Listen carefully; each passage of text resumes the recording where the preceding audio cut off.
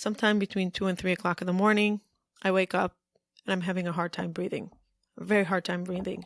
And I feel like my head is spinning. I'm disoriented. I don't really know what day it is. And I say, Ari, I'm not feeling well. I feel like I'm dying.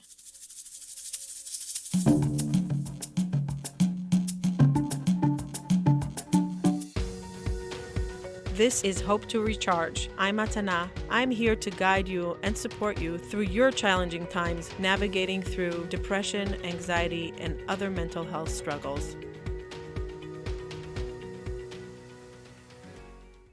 Hello, everyone. Welcome back to Hope to Recharge, our 4th year anniversary. Thank you for being here with us. For all of our listeners that took the journey with us for the last 4 years, thank you. For the newcomers, thank you. I feel like I owe a tremendous amount of gratitude to so many people and factors that went into creating this podcast, including my mental breakdown that happened 13 years ago. So our anniversary, which happens every year, my anniversary to starting Hope to Recharge and my anniversary to I call it my spiritual and mental health awakening, all happened at the same time during the month of May. And the Hebrew calendar is Shavuot, the holiday of Shavuot. The holiday is tomorrow. And on Shavuot, the first night, I ended up in the hospital for my first panic attack, which I thought I was dying, but I found out afterwards that it was the beginning of my journey of depression and anxiety. We're going to go into that later. And it's funny that it always falls out on Mental Health Awareness Month. And 4 years ago, I reached out to my mentor, my friend. So many words I could use about Heather. Heather walked me from the first step of a dream to production to success with a podcast. And I'm so grateful to her that she stood by my side. She believed in me. She believed in the process. She walked as slow as I needed. And when I was ready to walk faster, she walked faster with me. And it was such a magical experience 4 years ago on May 28th when we launched our first episode. I cannot listen to my first episodes because I was so new at recording and I just can't listen to it. But I decided that because it's a 4-year anniversary, I want to just come full circle, go back to my story for newcomers and maybe see where I evolved through these 4 years and just share a little bit about my journey and what I'm hoping for in the future and where my vision is. And I just want to really start off with a full grateful heart. If you follow me on any social media or on the podcast, you know how gratitude is one of the essential parts of my healing. And I believe that any person that wants to live a life or thrive or live a life of purpose and meaning, it has to be with gratitude. Gratitude needs to be somewhere in there. And gratitude was a big part of my recovery. I want to start by thanking the people that helped me create this show. Heather, of course, Sahara, Rachel, another Rachel. We have a lot of Rachel. I think we had 4 Rachels working for us on the podcast. Sarah, Raina and Rihanna. And of course, my family. Ari, that's always by my side. The positive reinforcement and the cheerleading from my kids, friends, from my community. And Ari always saying, of course you can do it. Whenever I feel like, oh, I can't do it anymore. It's too exhausting. It's too overwhelming. I can't coach clients and do the recording and have visions and have dreams and aspirations and children. And he said, yes, you can. You could just do it slowly. Or what can we do to help? He's always like, okay, what can I do to help? So I want to thank Ari for being my biggest cheerleader, always helping me if there's a little thing that needs to be edited last minute, or if a team member couldn't show up, or there was times between team members, like that we had somebody and then they had to go on in life doing other pursuits, so we had to hire somebody new. And in between, Ari always filled the gap. So thank you. Thank you for you listeners that took the time to listen, to inspire us, to try to walk into life with hope, because this podcast was to create hope and inspiration. And by you implementing anything that you heard on this podcast is paying it forward, because when you're healing, you're making the world a better place. So that was our vision. So thank you for taking your time. There's so much out there. Thank you for listening to us. Thank you for allowing us to have a voice. And thank you to all of you that took time out of your day to rate and review us on iTunes, on Spotify, to send your beautiful emails of the transformations that you're going through, what you learned, recommendations. Thank you for being part of our team. And we would not be able to do it without our listeners and without our followers and without our supporters. To our sponsors, to our amazing sponsors, thank you, thank you, thank you for all of you that really believed in Hope to Recharge and created this incredible platform of hope, of breaking the stigma, and a family, a community. So I want to go back to 4 years ago. 4 years ago is when my first panic attack happened. And I want to share a little bit more now that I'm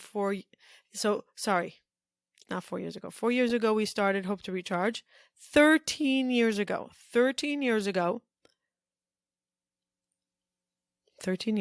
I had my first panic attack. It's even hard for me to say. 13 years ago, I had my first panic attack. And I had only 3 kids then. I have 5 children now.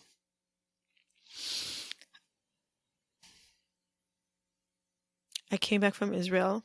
I went to visit my sister. She was making a bar mitzvah.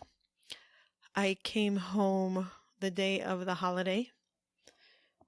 We were expecting a lot of guests that holiday. I was a big entertainer. I'm still an entertainer, but I know how to set boundaries and to show up for myself versus for everybody else and neglect myself. That was part of my healing journey. I showed up and I fall asleep on the couch, jet lagged as anything. We're in the middle of the meal. And then my husband said, you know what? I'm going to learn the Bible at home. There's a tradition on the first night of Shavuot, of this holiday, the holiday that we receive the Bible, receive the 10 Commandments. So he said, I'm going to study at home. Thank God he studied at home. Sometime between 2 and 3 o'clock in the morning, I wake up and I'm having a hard time breathing, a very hard time breathing. And I feel like my head is spinning. I'm disoriented. I don't really know what day it is. And I say, Ari, I'm not feeling well. I feel like I'm dying. And he's like, no, sweetie, it's just jet lag. I'm like, no, I really think I'm dying. The anxiety, which I didn't know that was anxiety then, I just started breathing very heavily. My heart rate was very high.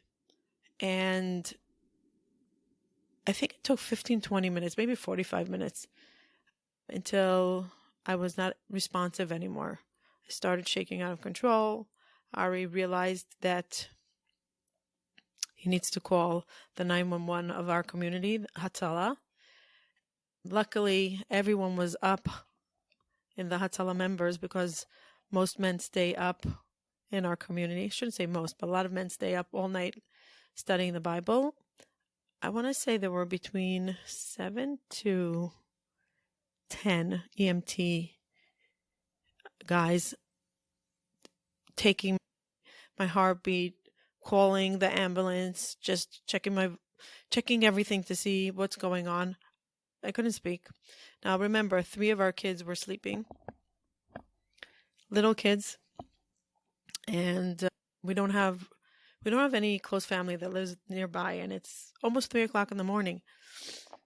And we couldn't leave the kids home alone, and Ari come with me to the hospital. So we trusted these local men from our community to take me in the hospital, in the ambulance to the hospital. And they rushed me to the hospital. They thought that I was having a heart attack because my heartbeat was far from normal. By the time I got to the hospital, I calmed down a little bit, but I still was feeling dizzy, overwhelmed, shaking, and in deep fear. There was a deep, deep, deep fear that I'm going to die. I kept on saying, Ari, I'm dying. Ari, I'm dying. And I was crying. Ari, I don't want to die. What am I going to do with the children? If I die, what's going to happen? I'm dying. Stop.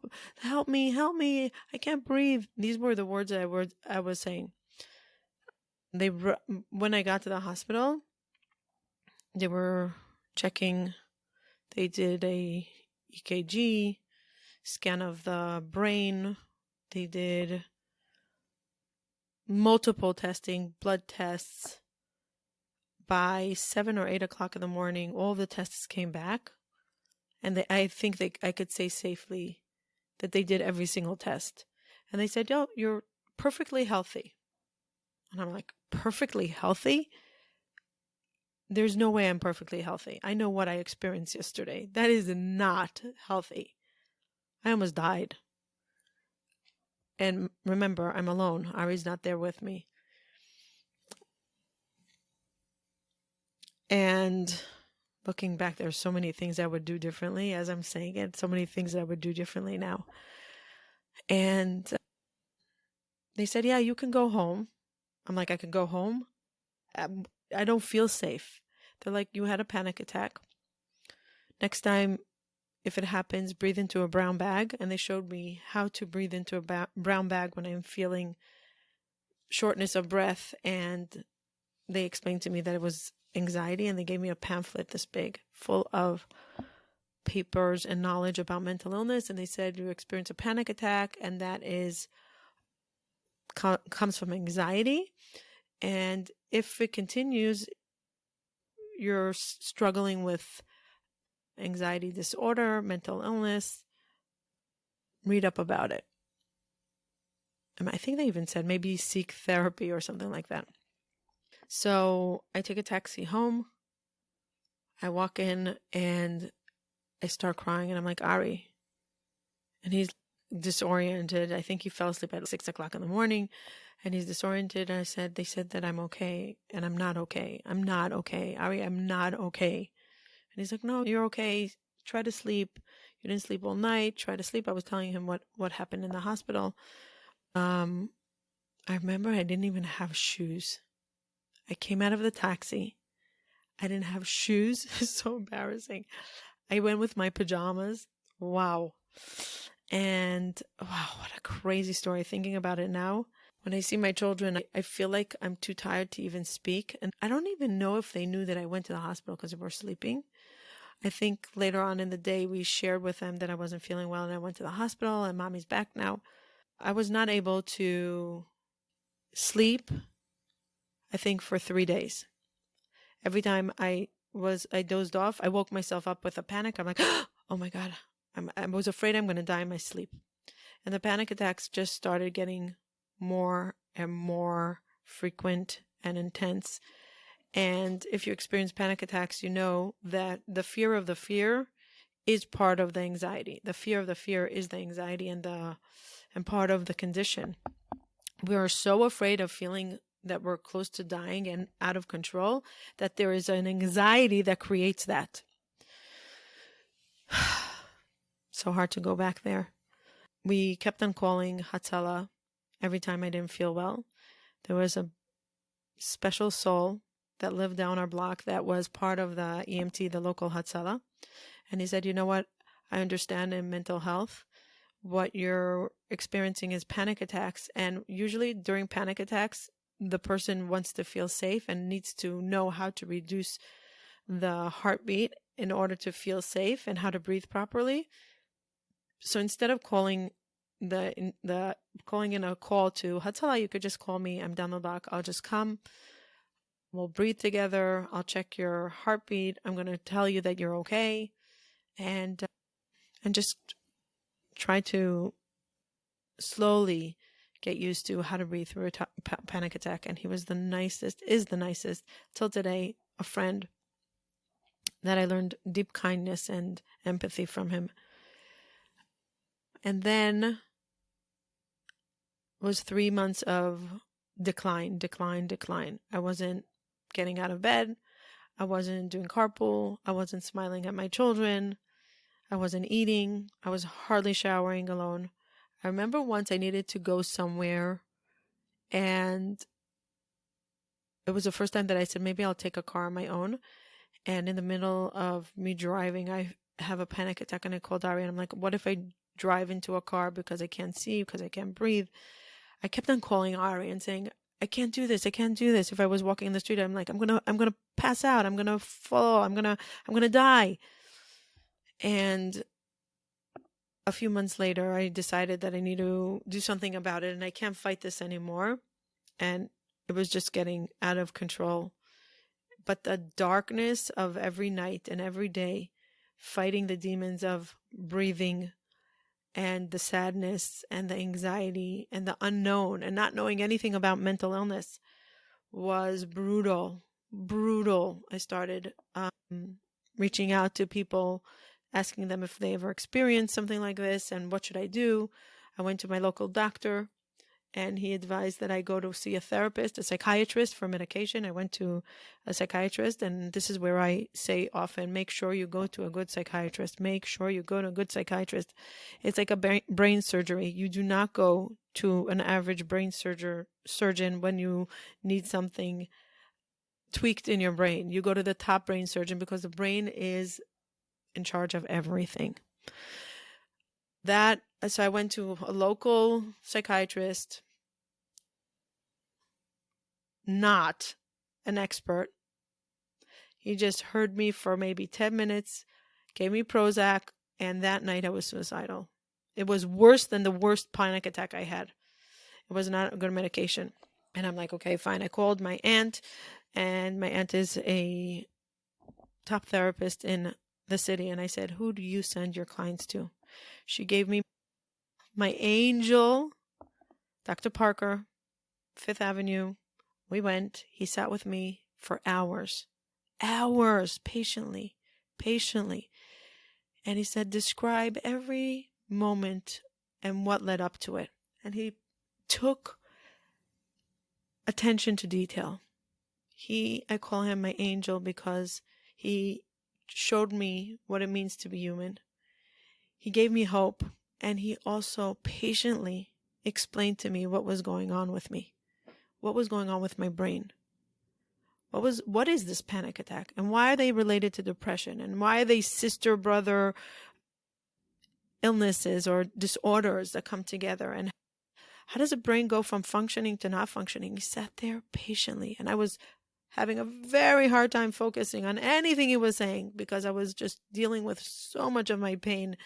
And I remember crying, and I was sitting there shaking like this and saying, tell me I'm going to be okay. Tell me I'm going to be okay. Tell me I'm going to be okay. I need to fix this. I have 3 children. I kept on repeating myself. And he said, you're going to be okay, Matana. You're going to be okay. It's going to be a process. And he explained to me, I remember his yellow pad, and he mapped down the process. He first sketched out to me what happens to the brain. What is a panic attack in the brain, and why does it happen? And what disconnects and what we need to connect back, and how do we get more dopamine to our brain, and how do we rewire our brain. And he said to me, I'm going to give you medication, and we're going to try it out, and it's going to be a slow process because not every medication fits everyone, and we're going to start with a low dose, and then we're going to increase the dose, and we're going to find a balance that's going to work for you. And I said, we're going to be on medication for the rest of my life? He says, I don't know. Some people are on medication for the rest of their life, and some people are not. But let's first get you stable. And he said, and I'm going to check in with you, and you're going to let me know how you're doing, and we're going to tweak the medication as we go along. And he said, I'm going to give you 2 kinds of medication. Maybe it was even 3 at the time. One is when you feel a panic attack, you're going to take it right away. And you're going to take something that's going to lower your anxiety And you take that a few times a day. And then you're going to take something that's going to kick in only in 2 to 3 months. And then you're going to be able to take away the first pill that you were taking. And he explained to me how it works. I don't even remember 100% how it works now. But he was so patient. And part of healing is knowing that people care so deeply, and they see you with your pain, and they meet you where you're at, and they don't minimize it just because they said it 1,000 times. He must have had thousands of clients, of patients, thousands. And how many times have he spoke about anxiety and depression?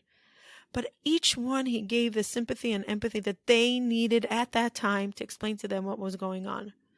He didn't, that's why bedside manner is so important. And he said to me, Matana, I'm going to tell you one thing about the brain. I'm going to tell you one thing. And I don't think I've found ever a psychiatrist that said this. Medication helps. Medication patches up what's leaking or not connecting the wires that are not connecting. But medication doesn't heal. Medication doesn't heal. Whatever is broken is still going to stay broken. But we can mend it, but it's still going to be broken. What you're going to do with your life is going to determine how well the medication is going to work on you, and also going to determine if you need to stay on the medication or you can rewire your brain. This is a psychiatrist. And he said, if you do yoga, meditation, mindfulness, and exercise, you might be able to get off your medication. But even if you won't, the medication will work so much more efficiently and faster if you do these things. And he explained to me what yoga does, what meditation does, what exercise does. And I started going to yoga every single day. There was no day without yoga. I was on that mat. Thanks to my amazing teachers, Davira, Rebecca, Devora. Amazing teachers that walked alongside me while sometimes I used to come and just sit there on the mat and cry. Sometimes I was able to do a full class, but it was my place that I felt safe. And I did my yoga. I started reading about neuroplasticity. I started going to all kinds of spiritual healers as well. I took the medication, and I started slowly not feeling so anxious, feeling a little bit numb. I must say I went into numbness. I was on sleeping pills because I couldn't sleep without it. And I was taking a antidepressant. And I want to say a few months later, I was functioning again. But I lost a spark to my life. I felt like I was turned off and numbed in order to be robotic. So I was smiling because I could smile, but I didn't feel happy. I was up, but I felt tired. When I was sleeping, it wasn't a good sleep. I was still trying to figure out a lot of what was going on. Why did every episode of Mental Health Awakening, I call it the Awakening, there's a reason why. And I started unraveling in different modalities of therapy. I was very curious. I was very curious about the brain. And I said, if my brain broke, and I felt like it was an injury to my brain. And I really think it's a brain injury. And how can I fix it? And how can I get it to even better than it was before? And I was so curious, and I started learning and reading and online courses and YouTube and books and books and books and books and books and podcasts. And I was just retaining all this information about how did other people heal from depression. I once called my cousin that's a therapist, and I was crying to him, and I said, Yehuda, please tell me that people heal from depression. What the hell is depression anyway? What is it? I'm reading all over that people don't heal from depression. Please tell me there's hope. Please tell me there's hope. And I remember he says, don't go to those dark places. Just take every day, one day at a time. Don't read about those that didn't heal.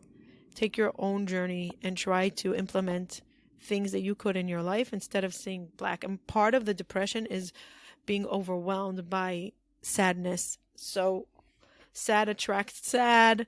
It's hard to be hopeful. And I started my journey with gratitude. I found out that almost every book that spoke about rewiring the brain and neuroplasticity, everybody spoke about gratitude. Also in the Jewish books, like when you talk about healing and connecting to higher level of ourselves and others and God, I started looking for God. I was living a life of religion, but I didn't believe in God back at the time. I didn't believe that the God that I knew then was not the God I wanted to connect to. I was very disconnected from spirituality in the form of the religion. I was following all the rules, but like a robot. And I did not feel connected to God. And I kept on saying, God, show me that you exist. I need you. I need you to exist. I need to know that there's a higher power than me. And I used to talk to God, and I used to say, you know what? Maybe I need to find a new version of God. Maybe I need to say, okay, the God that I was taught until now no longer has place in my life, and I am looking for a new God that feels godly to me, that feels right to me, that feels like a father to me, that I can connect to. And I really found God in the most beautiful way. And I have the most amazing relationship with God. I lean on God all the time. And I lean on spirituality. And I lean on hope. And I learned a lot about gratitude and connecting to what I do have and how to live a grateful life and a grateful living, a meaningful living, a mindful living. I needed to do a lot of disconnecting from people that were toxic for me, healing a lot of forgiveness that I had for myself, not protecting myself, for myself feeling naive. Naive comes up a lot in my therapy. From systems that didn't work for me. I needed to do a lot of letting go of anger and resentment and really cultivating people in my surroundings, group, in my network that align with the vision that I want to be. I want to constantly work on myself. I want to constantly get better. I want to constantly see what more can I do to improve the better Matana that I can be as a person, as a mother, as a member of society, as a friend, as just a person. How can I be a better version of myself? Because I believe that there is no reason for pain unless it's for growth. Because pain without growth is misery. Pain without growth is literally misery. So if I'm already going through something, let me at least become the better version of myself and say, not why me, but what for me? How for me? And I started slowly 13 years ago, learning all about the power of energy, of my thoughts, of my words, of my surroundings, of healing. What is the mind? What is the brain? How does it work? What is it connected to? How our surroundings affect our emotions and how our emotions affect how we show up in the world and how it's a ripple effect and how life doesn't happen to me. I am a co-creator of my life. I switched from being a pessimist to an optimist. I literally switched my mind, and now I see almost everything in optimism. I choose to. It's not a fake. I choose to because my vibration is higher. And it's a choice. And it really gives me a sense of living alive, thriving. About 2 or 3 years into taking my medication, I was able, after doing a ton of yoga and retreats and meditation and practicing gratitude and practicing the law of attraction and reading all the books on healing the mind, neuroplasticity, I went back to my doctor and I would visit him every now and then. I was pretty stable, but I felt like a little bit like on mute. And I said, I think I'm ready to get off of the medication. So he said, listen, it's a process. We could try slowly. We're going to take a little bit at a time. We're going to do one medication at a time. I think it took 6 to 8 months to get off one medication. And we did it slowly. And we had to tweak. I had to go back on for a little bit. And I had to see when I was going off, what was coming up for me. I was working with therapists and with healers along the side. I spent over $100,000 in recovery. And I believe that recovery is until the day I die. And hopefully I'll live till 120. Maybe not till 120. Maybe till 100 is enough.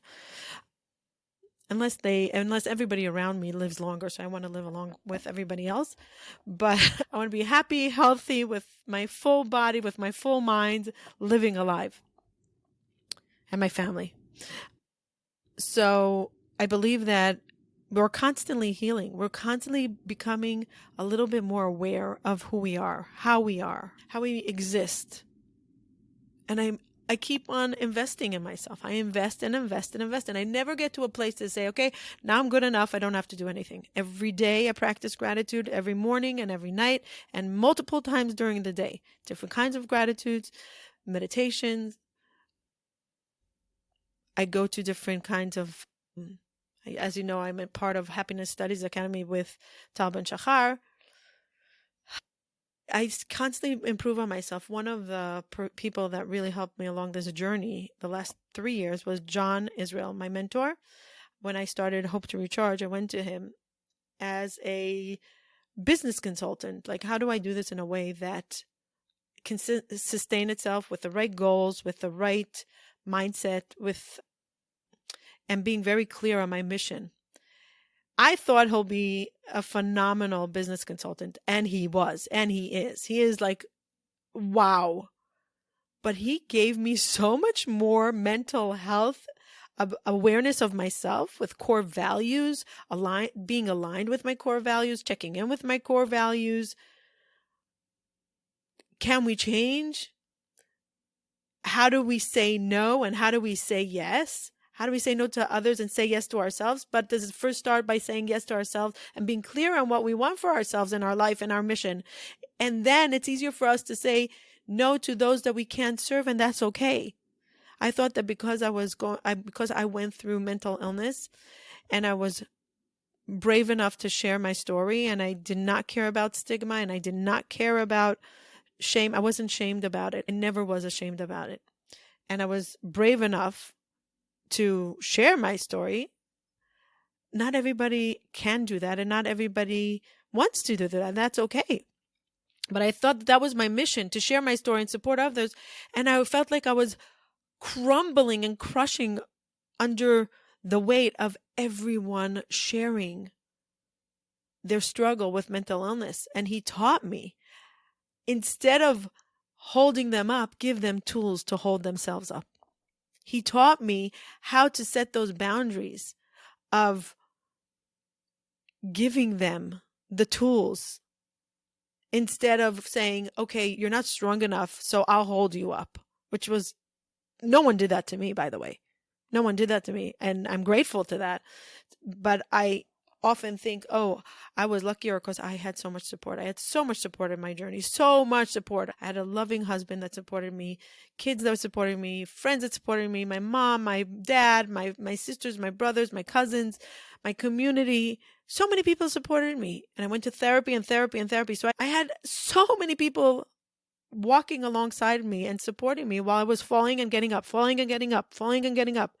And sometimes people are not as fortunate to have so much support. So I feel like, okay, at least I can be that support. If I had so much support and was so lucky, I could be that support. And I realized that I was crumbling under that. I was falling apart. There's only so much one person can do. And that's why we started Hope to Recharge, and we started the Mastermind, and we started group, and we started working with clients one-on-one that want to improve, and giving them the tools, empowering them to take action and create a life worth living, that's thriving, that's evolving, a life of meaning, a life of fulfillment, a life that they feel that even if there's a down, it's just temporary, that they don't get depleted to a place that they can't get up again.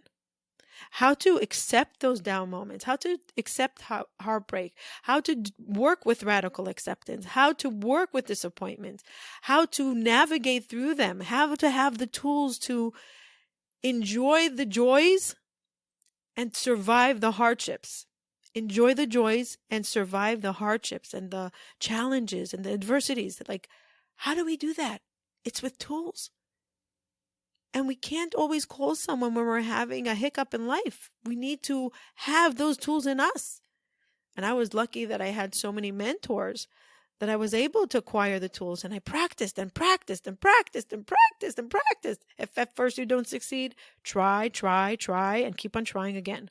And then you get better and better and better, because practice just makes you a little bit better every single time. And you're never at the top. There's never, ever an end goal besides saying, oh, was today a little bit better than the days before?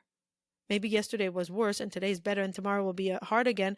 But did I see an upscale of the way I'm leading my life? Do I see patterns that are evolving better? Do I see opportunities that are coming for me to heal, to thrive, to grow, to pursue my passion, whatever it is? How do I interact with the world? How do I let the world interact with me? Have I left the seat of victimhood and I'm saying, I am no longer willing to be in the victim seat. I want to move into the surviving, into thriving. I'm going to do the work so I can thrive, so I can live alive, that I can feel the joy just by waking up in the morning, not by winning the lottery and not by getting the best opportunity that we look for, or the best partner that we're looking for in our life, or whatever it is. For me, I shouldn't say dying. I really would love to eat healthier and lose some weight for my health. I spoke about this a few times. How much work am I willing to put into it? What am I willing to do for it? How do I live with the frustrations of it not working out the way I want it to work out? What am I doing? What am I doing to show up for myself? How are we walking towards success? And the steps are so small, so small, so small.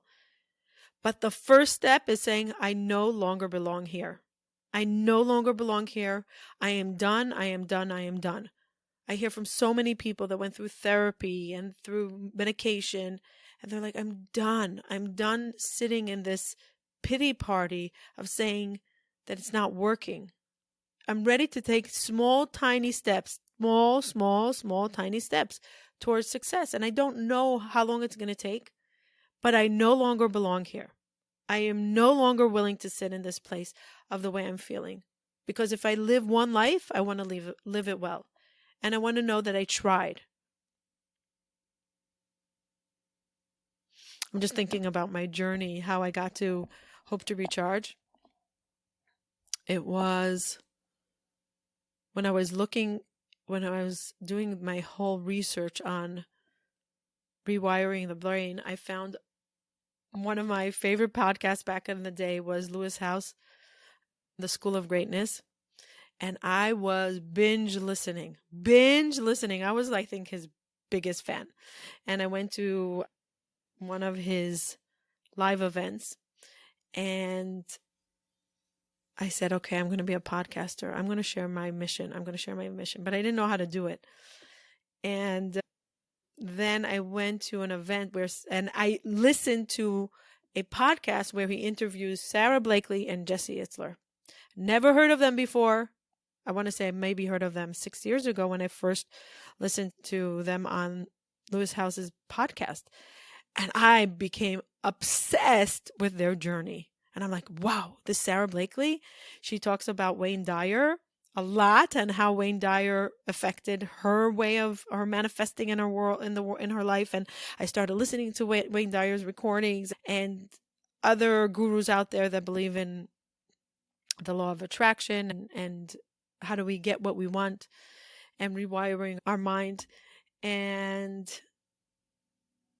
I went to a live event in Miami and I actually manifested.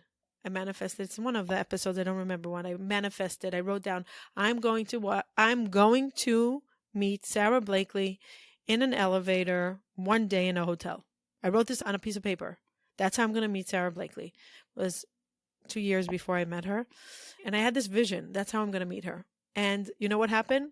I went to an event and she was speaking and Jesse was speaking. And I was so excited to find out that they were speaking there. I don't remember if I knew that one of them were speaking or not. And I run upstairs to tell Ari, because Ari was with me in the hotel, but he wasn't at the conference itself. And I ran upstairs to tell Ari, and I go out in the wrong floor where our room was. And then I call the elevator to go back down to the correct floor. The door opens and Jesse Itzler is in the elevator going back down. And I'm like, oh my God, Jesse?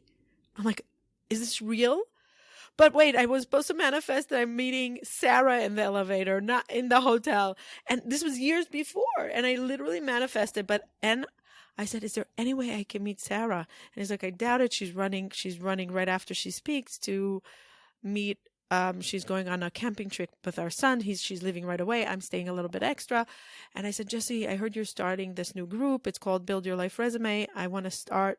He said, join the group now. I think I was one of the first groups, maybe the first or the second group of Build Your Life Resume.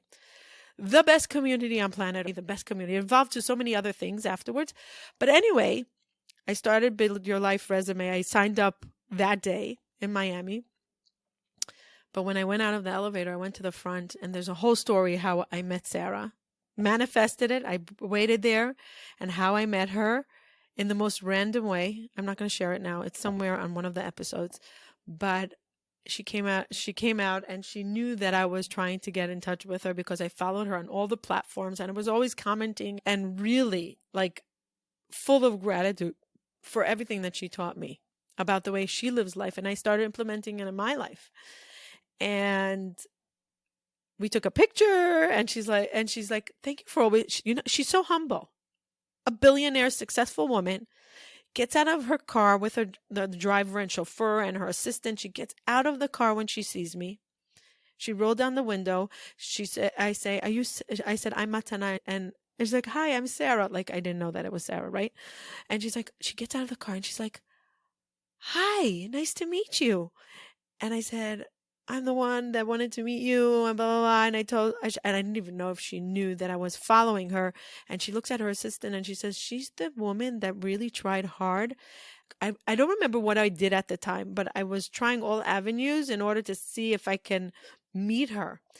And she says, thank you for all your following and support on social media. I really appreciate it. And she took an Instagram shot with me, and it was such a pivotal moment for me of saying, you know what? Our dreams can really come true if we pursue it in the right way.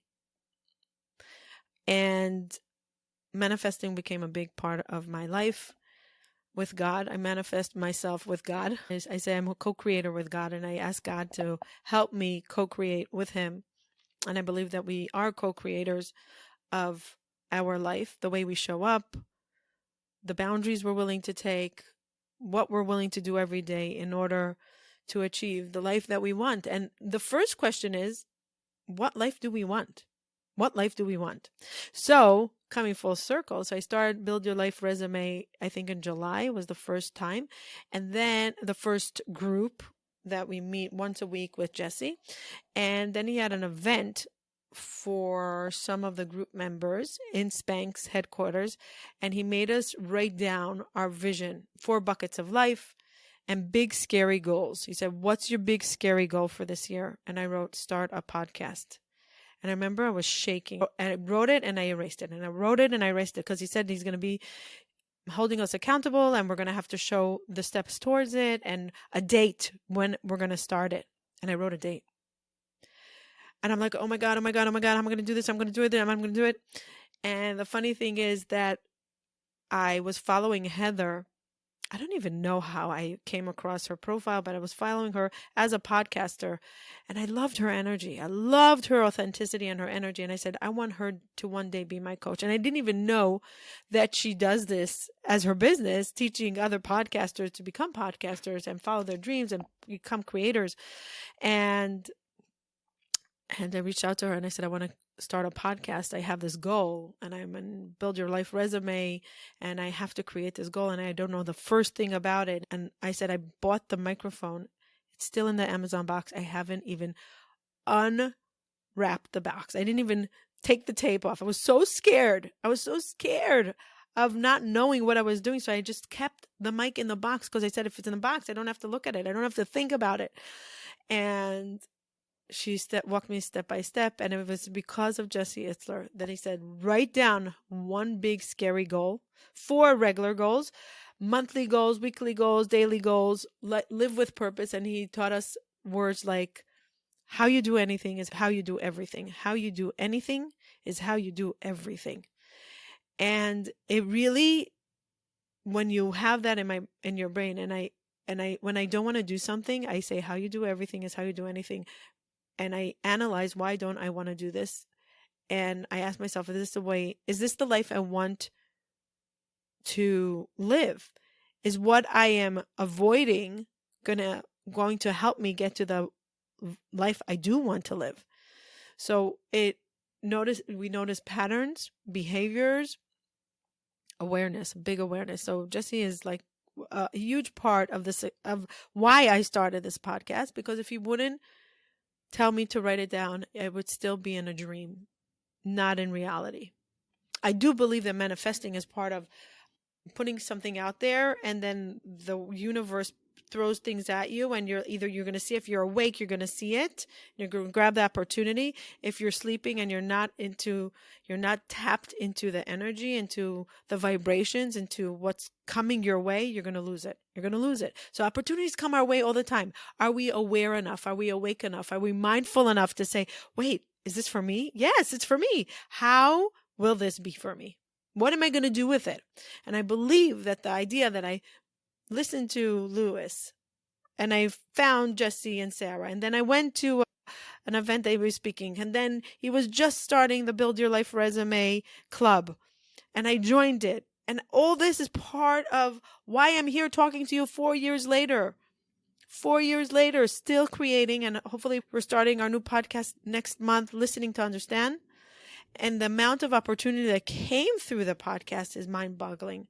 How many opportunities of speaking engagements or sharing my journey in schools or with youth or with different members of society that was able to share my story to hopefully inspire them to hold on to hope and to research what healing will look like for them, because there are no 2 healings that are the same. There are no 2 healings that are the same. Each healing is individual because each person goes through their own traumas, their own struggles, their own chemicals that they have to fight in their bodies, detoxes. By the way, I want to just say something that I forgot to say in the beginning, that I do believe that everything that happened to me was because my emotions were collapsing under so much that I was suppressing in my emotion that I was avoiding. I needed to address my emotions, and I was suppressing, and it was like a lava explosion. But really, we always have a trigger. For me, my trigger was overdosing on birth control. I have a whole episode talking about it. I overdosed on birth control. I took too much birth control because I didn't want to get my monthly cycle. A whole other podcast, a whole other episode on that. But I took more than my body should take. What a lot of people don't tell you about birth control, that it really affects your mood, affects your anxiety. It can, I shouldn't say everybody. Some women have a great time, a great reaction to birth control. Many don't. Many feel sadness, lack of energy, hard time sleeping, frustration. You feel like edgy. For me, any hormone increase or anything that I take affects my mood, affects my stability, affects my how if somebody touches me, I feel like, oh my God, I feel like somebody punched me. It's a highly sensitive person, so like everything feels so deeply. And when I overdosed on my birth control, I took a double dose, and I was not supposed to do it. I didn't ask anybody. I just, because I was traveling, I did not want to get my cycle, and I had too much hormones in my body. Hormones can destroy humans. We can't live without them. They balance ourselves. They balance our bodies. They balance our mind. And too much of it is also bad. Can also affect us negatively. So everybody has to do what's good for them. But I urge people, especially women, look into your hormone levels. If you're on a birth control and you're feeling a little bit different or off or not yourself, or a little bit like sad or like edgy or even angry or just not feeling it, ask your doctor. Many doctors don't talk about the differences of the different kind of chemicals within birth control. Look into maybe a hormone-free birth control. There's so many options out there. I just wanted to touch upon that because it's not spoken enough about how birth control affects women so deeply emotionally, so deeply. And not enough people break the stigma on that and the taboo. It's like the unspoken about thing that you could take birth control for 20, 30 years and you're supposed to be okay. We're basically changing our system. We're tweaking our system. How could that be healthy? How could that be healthy? With chemicals, with hormones. I did go off of birth control, even though I was not allowed to get pregnant. I did a non-hormonal birth control. I did different modalities. Each one needs to check in with themselves and see what works for them. But be aware of this. Be mindful of this. Because I know that my first panic attack happened from that. Now, I'm grateful that it happened because my journey wouldn't evolve like I did. I needed that wake-up call. So I needed something to trigger my nervous system to fall apart. I needed it. But it was the way I feel bad that no one told me to take care of myself earlier, that I didn't know. A lot of OBGYNs don't share about the struggles of birth control. So find somebody that does talk about it and find the support and just research it. Research it. If it works for you, be grateful and do a happy dance. If it doesn't work for you, no need to suffer. Go look for alternative options, okay? Anyway, I have to come to a wrap. Wow, I spoke a lot. I wanted to come full circle. 13-year anniversary. It's like my bar mitzvah to my mental health crisis that got me to healing, to thriving. I'm off medication, I want to say 10 years. 10 years, about 10 years. In order to get pregnant, they advised me to get off my medication if I wanted to be pregnant again. Everybody is individual, different. That was with my medication that I was on, and it took time, and I got off my medication with success. Not everybody can do it with success. Do it very carefully with a doctor that you trust. Be very, very, very patient with yourself. And sometimes it's not the right thing. Sometimes you have to stay on medication, and bless the lucky stars for big pharma, because medication saves lives. Medication helps us get through days. So the ups and the downs of the roller coaster of being on medication. So it's my bar mitzvah, and to this big moment, I call it my mental health awakening. And 4 years for this Hope to Recharge podcast. And I want to really, with my full heart, thank you. Thank you for being here. Thank you for listening. Thank you for sharing these episodes. Thank you for giving us feedback. If you have a moment, more than anything, it will mean the world to us, the world, if you go to either iTunes or Spotify, leave a review, leave a rating, and tell us what we could do better. What would you like to hear on Hope to Recharge? What was the highlight? My father always asked us after some special occasion. It doesn't have to be the biggest occasion. It could be just a weekend. What was the highlight? You went on a trip. What was the highlight? You went on a wedding. What was the highlight? What was the highlight? So what was the highlight of Hope to Recharge in the last 4 years? What was your highlight? Share with us. You can email it to, go into show notes. You'll find the email there, and you can send us email. We love hearing from you guys. It keeps us going. It really keeps us going. It's hard work to produce. It's hard work to keep it going, but it's our mission and our passion, and we thank you for being there with us. I want to wish you in your recovery that you should find your people that can walk alongside you and support you, and that you will have the joy and the possibility to live alive and to thrive and to live a life worth living with meaning. Thank you and happy holidays. Bye till next time.